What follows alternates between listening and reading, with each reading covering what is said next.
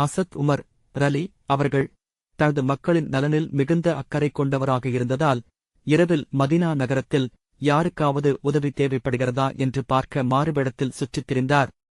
ஒருமுறை இரவில் ரோந்து பணியில் ஈடுபட்டிருந்தபோது ஒரு பெண் ஒரு பாத்திரத்தில் ஏதோ சமைப்பதைக் கண்டார். அவளுடைய குழந்தைகள் அவளைச் சுற்றி அழுது கொண்டிருந்தனர்.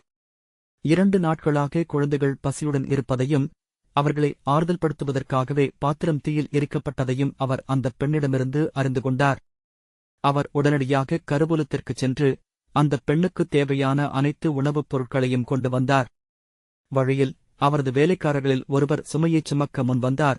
ஆனால் அவர் அவரைத் தடுத்து, மறுமை நாளில் நீங்கள் என் சுமையைச் சுமக்க மாட்டீர்கள் என்று கூறினார். ஹசத் உமர் ரலி அவர்களை இதற்கு முன்பு பார்த்திராத அந்தப் பெண் மிகவும் மகிழ்ச்சியடைந்து அவருக்காக உரக்கப் பிரார்த்தனை செய்து, அல்லாஹ் உங்களை உமருக்குப் பதிலாக கலையப்பாவாக ஆக்குவானாக என்று கூறினார். இதைக் கேட்ட ஹசத் உமர் ரலி அவர்கள் அழத் தொடங்கி ஒரு வார்த்தை கூடப் பேசாமல் அந்த இடத்தை விட்டு வெளியேறினர். கிபி 644 ஆண்டு ஹசத் உமர் ரலி அவர்கள் மசூதியில் தொழுகை நடத்திக் கொண்டிருந்தபோது ஒரு பாரசீக அடிமையால் குத்தப்பட்டார். இது மரணத்தை விளைவித்தது. மேலும் அவர் தனது 63 வயதில் ஹிஜ்ரி 23 துல் ஹிஜ்ஜா 26ஆம் தேதி காலமானார். அவர் உண்மையிலேயே ஒரு மகத்தான கலையப்பா ஆவார். அவரது கிலாபத் காலம் சந்தேகத்திற்கு இடமின்றி இஸ்லாமிய வரலாற்றில் ஒரு பொற்காலமாகும்.